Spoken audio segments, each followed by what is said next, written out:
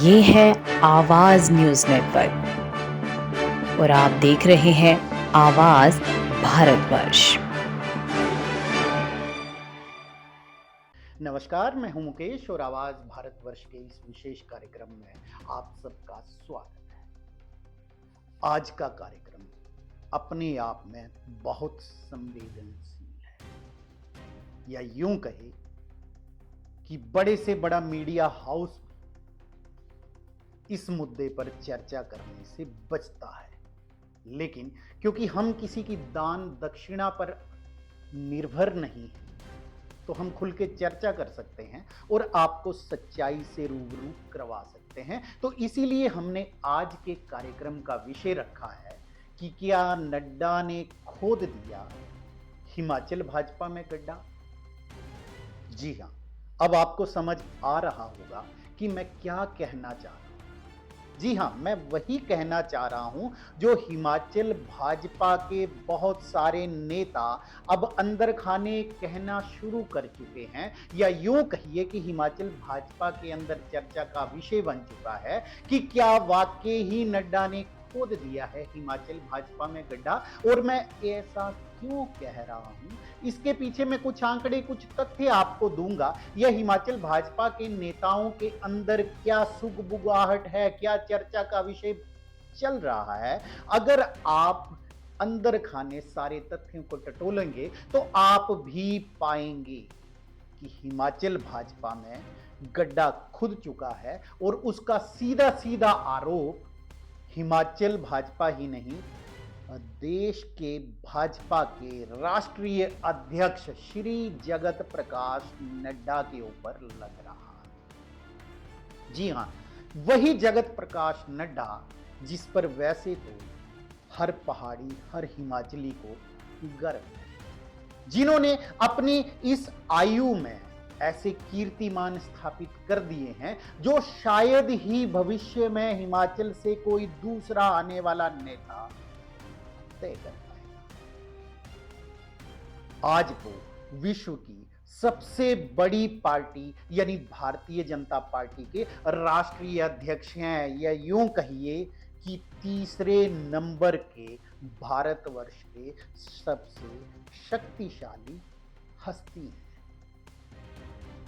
और उनके ऊपर जब पूरे देश में वाहवाही हो रही है, उनके ऐसा कीर्तिमान उन्होंने स्थापित किया, तीसरी बार लगातार अगर मोदी सरकार सत्ता में वापसी कर पाई है तो उसमें जगत प्रकाश नड्डा का भी बहुत बड़ा योगदान है। लेकिन इतने बड़े योगदान होने के बावजूद आज ऐसा क्यों हो रहा है कि उन्हीं के अपने गृह प्रदेश हिमाचल प्रदेश में उनके ऊपर उनकी ही पार्टी के कुछ लोग ये आरोप लगाना शुरू कर चुके हैं कि नड्डा ने हिमाचल भाजपा में ऐसा गड्ढा खोद दिया है जिसमें भाजपा का कार्यकर्ता और नेता दोनों परेशान हैं, हैरान हैं, और अब उन्हें यह समझ नहीं आ रहा है कि वो कहां जाएं, आखिर अपना दुखड़ा सुनाएं तो किसको सुनाएं, क्योंकि सुनने वाला भी कोई नहीं।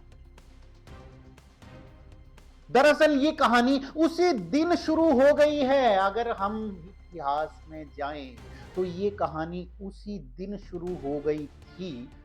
जब जगत प्रकाश नड्डा हिमाचल में धूमल सरकार में प्रेम कुमार धूमल के मंत्रिमंडल में कैबिनेट मिनिस्टर थे। और भाजपा से जुड़े हुए लोग ये भली भांति जानते हैं कि किस तरीके से उनको उस मंत्रिमंडल को छोड़ के दिल्ली में आना पड़ा था। और लोग तो इतना भी कहते हैं कि उस वक्त नड्डा की आंखों में आंसू थे और नड्डा ये कसम खा करके निकले थे कि जिस धूमल सरकार से उन्हें रुखसत होना पड़ रहा है, एक दिन ऐसा आएगा जब वो अपने ऊपर हुए इस जुल्म का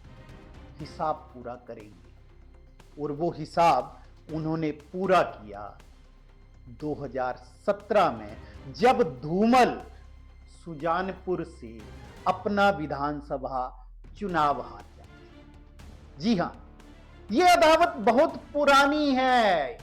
अब आपको समझ आ रहा होगा मैं क्यों कह रहा हूं कि हिमाचल भाजपा में बहुत सारे नेता अब कहना शुरू कर चुके हैं कि आखिर नड्डा ने खोद दिया हिमाचल भाजपा में गड्ढा। तो उस गड्ढे की खुदने की शुरुआत तभी हो गई थी जब जगत प्रकाश नड्डा को हिमाचल से रुखसत होना पड़ा था, हिमाचल से विदा होना पड़ा था और केंद्र में आकर के संगठन में वो आ गए थे। लेकिन जब वो हिमाचल से रुखसत हुए थे तभी उन्होंने कसम खाई थी कि मैं अपने ऊपर हुई इस ज्यादती का बदला जरूर लूंगा, और वो बदला उन्होंने पूरा किया 2017 में जब उन्होंने धूमल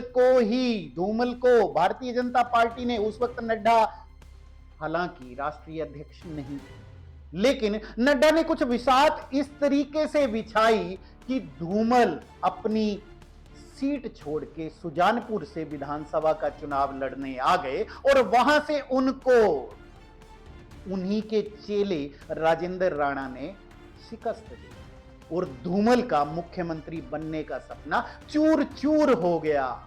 और जानकारों की माने या अंदरूनी सूत्रों की माने तो उनको ये चुनाव हराने में नड्डा की बहुत बड़ी भूमिका थी, क्योंकि अगर धूमल अपनी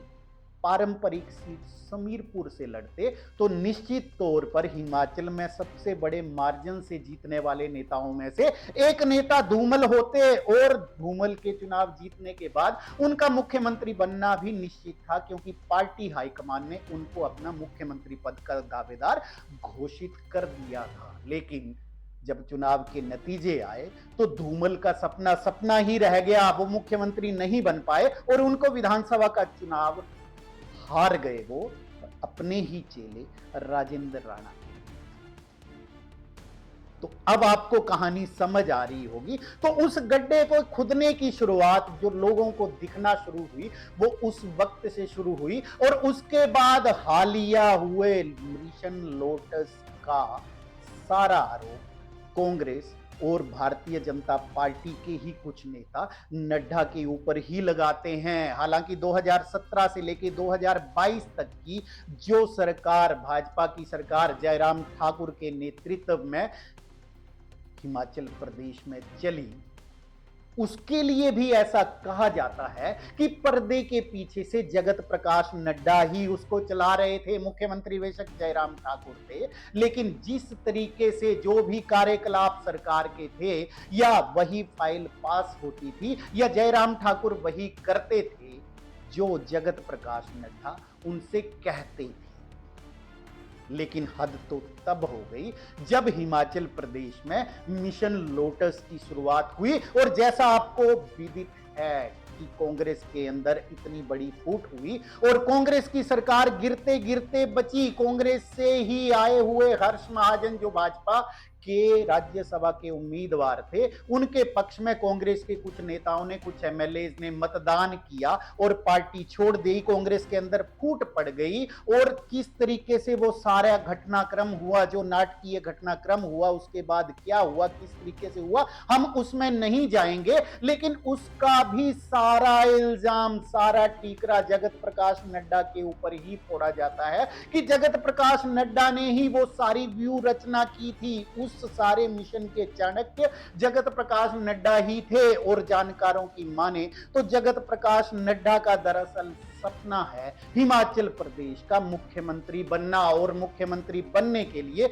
उनको हिमाचल प्रदेश के अंदर एक नई भाजपा बनानी होगी, जिस मिशन मोड पर जगत प्रकाश नड्डा लगे हुए हैं, क्योंकि उनको भली भांति पता है कि हिमाचल प्रदेश के पुराने भाजपा के नेताओं के अंदर शायद उनकी स्वीकार्यता उतनी ना हो और अगर उनको हिमाचल प्रदेश में अपना वर्चस्व स्थापित करना है या उनको मुख्यमंत्री बनना है हिमाचल प्रदेश का, तो उनको एक नई भाजपा का निर्माण करना होगा और उस नई भाजपा के निर्माण के कारण ही हिमाचल प्रदेश में मिशन लोटस चला। और कांग्रेस से आए हुए कुछ एमएलए ने जब चुनाव लड़ा तो कुछ तो हार गए, लेकिन जो जीत करके आए हैं और जो हारे भी हुए हैं उनके विधानसभा क्षेत्र में हिमाचल प्रदेश भाजपा के नेता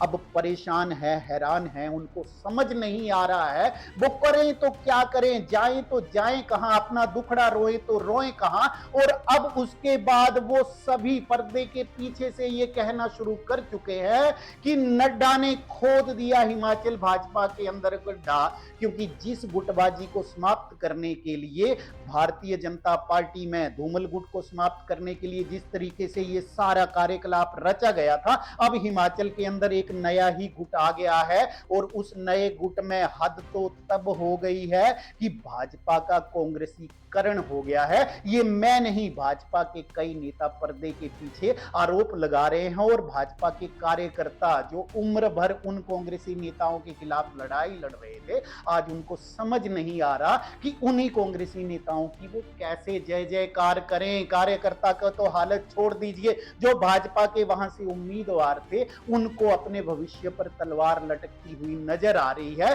क्योंकि अभी हुए मंडल अध्यक्षों और जिला अध्यक्षों के चुनावों को देखें तो जहां जहां पर वो कांग्रेसी उम्मीदवार भाजपा में आए थे, वहां पर भाजपा के सामान्य कार्यकर्ता और भाजपा के पिछले उम्मीदवारों को दरकिनार करते हुए पार्टी ने उन्हीं कांग्रेस से आए हुए लोगों को या खास लोगों को मंडल अध्यक्ष और जिला अध्यक्ष के पद पर नवाज दिया, उनकी ताजपोशी कर दी और भाजपा का कार्यकर्ता मुंह ताकता है।